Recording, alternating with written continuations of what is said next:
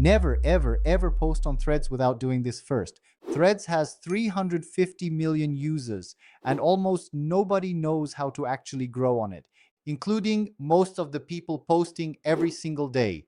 I'm going to show you the one thing the biggest accounts on Threads do that almost nobody talks about. It's not what you think. And once you see it, you can't unsee it.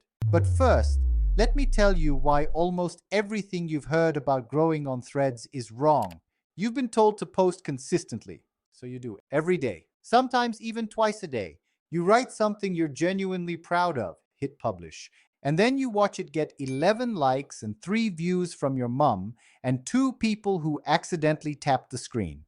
Meanwhile, someone else posts, "I quit my job today" with 0 punctuation and gets 4,000 replies. That feels personal. It's not. Here's what's actually happening. Threads is not like Instagram. It's not like Twitter was. It's closer to a dinner party where you don't know anyone yet. Instagram rewards followers. Threads rewards conversations. The algorithm has one job: find content that makes people stop and respond. Not like, not repost, respond.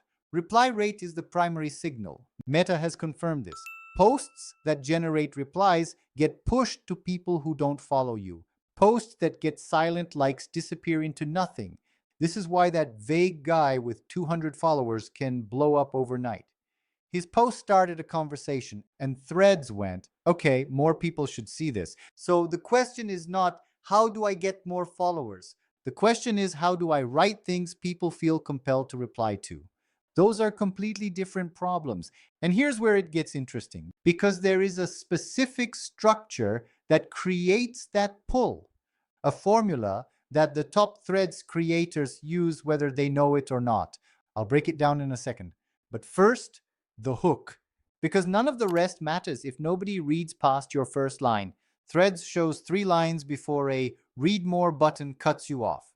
3 lines. That's your entire pitch. Think of it like a newspaper front page. If the headline doesn't make you pick it up, the story doesn't exist. The hooks that work on Threads are almost always one of 3 things. A number. I posted every day for 90 days. Here's what happened. A contradiction. Consistency is terrible advice for Threads. Or a vulnerability. I almost deleted my account last week. All 3 do the same thing.